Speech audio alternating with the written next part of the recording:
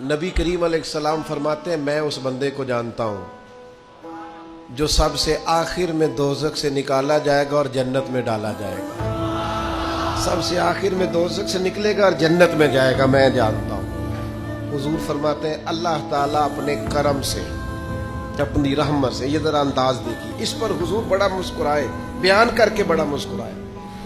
हुजूर फरमाते हैं, अल्लाह ताला अपने करम से, अपनी रहमत से ना उस बंदे को करीब करेगा, अपने करम के, और करीब करके ना उससे गुनाह पूछेगा। ये वाले गुनाह किए थे, छोटे छोटे गुनाह सगीरा ये किए थे, अब क्या करे?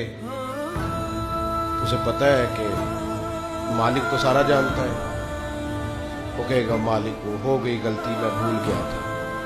अल्लाह फरमाएगा, ये वाला भी किया था, गलती हो गई, नफ्स गालिब आ गई। ये वाला भी किया था, अल्लाह मैं भूल गया था।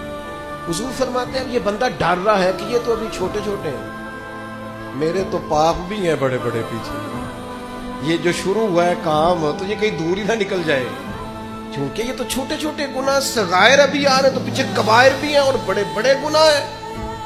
नबी करीम फरमाते हैं, वो डर रहा है, जब उसके छोटे छोटे गुनाह गिनवा लिए जाएंगे ना, अल्लाह ताला फरिश्तों से फरमाएगा, इसके इन सारे गुनाहों को मिटा के इस जगह पे नेकियां लिख दो। नबी पाक फरमाते हैं, जब कहा ना इसके गुनाह मिटा के नेकियां लिख दो, तो फौरन बोल पड़ा, कहने लगा, या अल्लाह मैंने तो बड़े बड़े भी किए, अल्लाह वो बड़े बड़े भी तो मेरे ही है ना, वो किधर गए? तो हुजूर इस बात को बयान करते मुस्कुराए, और सहाबा फरमाते हैं, इतना मुस्कुराए कि हमने मुकद्दर